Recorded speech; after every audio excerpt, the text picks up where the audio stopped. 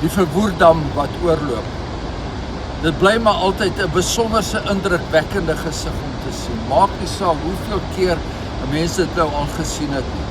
In hierdie geval is dit 109% wat die dam vol is. En hierdie water moet uit en dit moet oor hierdie wal kom. So daar by Betuli se kant is die inloop nou baie meer as wat die afloop van die water is. Die water kom daar uit Lesotho se berge uit.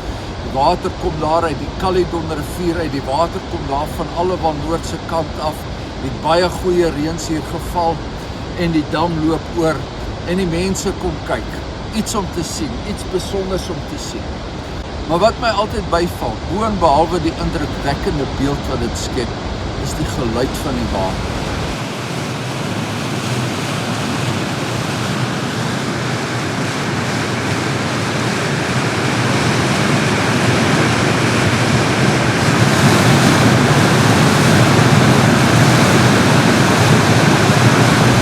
Geluid van hierdie dreuning en jy kan dit amper hier in hierdie damwal kan jy dit voel asof die hele damwal besig is om te vibreer van die krag van die water wat hier oorkom.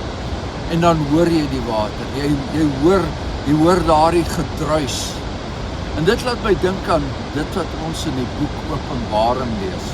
Hier in Openbaring 1 in die eerste hoofstuk word die Here Jesus Christus met sy verheerlikte liggaam word hy vir ons beskryf. Hy verskyn aan die apostel Johannes en sy verskyning is so indrukwekkend ten opsigte van sy voorkoms, ten opsigte van sy hare, ten opsigte van dit wat by sy oë uitkom, ten opsigte van dit wat by sy mond uitkom, ten opsigte van dit wat om sy bors is, die klere wat hy aan het. So indrukwekkend dat daardie apostel aan sy voete neerval.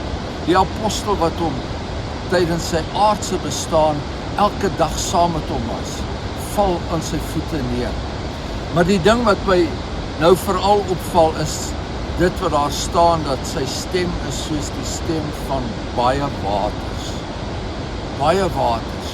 Daardie beskrywing kry ons ook in die profesie van Esegiel. Die Here Jesus Christus se stem klink soos baie water. En as jy hier naby kom en as jy hierdie geluid hoor, dan kom jy onder die indruk van dit wat ons eendag gaan ervaar met die wederkoms van ons Here Jesus Christus.